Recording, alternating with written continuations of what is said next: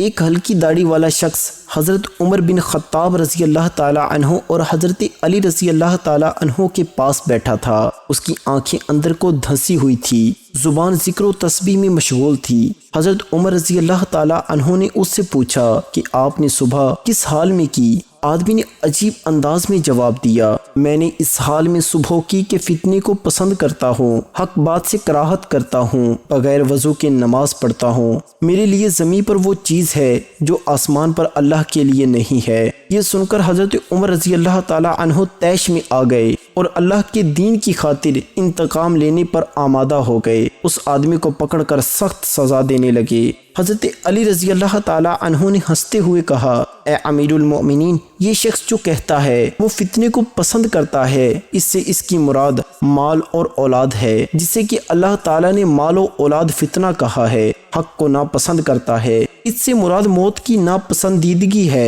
اور بغیر وضو کے نماز پڑھتا ہوں، اس سے مراد نبی کریم صلی اللہ علیہ وسلم پر درود بھیجنا ہے۔ ظاہر ہے کہ صلاۃ کے لیے وضو ضروری نہیں، اور جو اس نے کہا ہے اس کے لیے زمین پر وہ چیز ہے جو آسمان پر اللہ کے لیے نہیں، اس سے مراد اس کی بیوی بچے ہیں۔ ظاہر ہے کہ اللہ تعالیٰ کی نہ بیوی اور نہ اولاد ہے، اور وہ ذات تو یکتا ہے، بے نیاز ہے، نہ اس کی کوئی اولاد ہے نہ وہ کسی کی اولاد ہے، اور اس کا کوئی ہمسر نہیں۔ حضرت عمر بن خطاب رضی اللہ تعالیٰ عنہ کا چہرہ خوشی سے دھمک اٹھا اور ہونٹوں پر مسکراہٹ پھیل گئی۔ آپ رضی اللہ تعالیٰ عنہ نے خوشی سے جھومتے ہوئے فرمایا، وہ جگہ ہی کیا جہاں ابو الحسن نہ ہو، یعنی علی بن ابی طالب رضی اللہ تعالیٰ عنہ۔